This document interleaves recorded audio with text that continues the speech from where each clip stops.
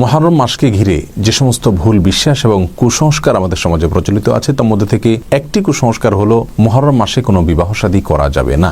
মনে করা হয় মুহররম মাস একটি অপয়া মাস, এই সময়টি খুব খারাপ সময়, যার কারণে এই সময় বিবাহ শাদী করা উচিত নয়। সেই ধারণাটাও আসলে সঠিক নয়। তার কারণ হলো মুহররম মাসে একটি মর্মান্তিক ঘটনা ঘটেছে। রাসূল করিম সাল্লাল্লাহু আলাইহি ওয়াসাল্লামের প্রিয় দৌহিত্র এবং আহলে বাইতের অন্যতম সদস্য হুসাইন রাদিয়াল্লাহু তাআলা আনহুর মর্মান্তিক শাহাদাতের যে ঘটনা ঘটেছে এই মাসে, সেই ঘটনার কারণে এই মাসটি অপয়া হয়ে যায়নি। কারণ সময় ইসলামের দৃষ্টিতে কখনো অপয়া হয় না। তাছাড়া এই মাসেই আল্লাহ রাব্বুল আলামিন মুসা আলাইহিস সালামের বিজয়ের ঘটনা ঘটিয়েছেন।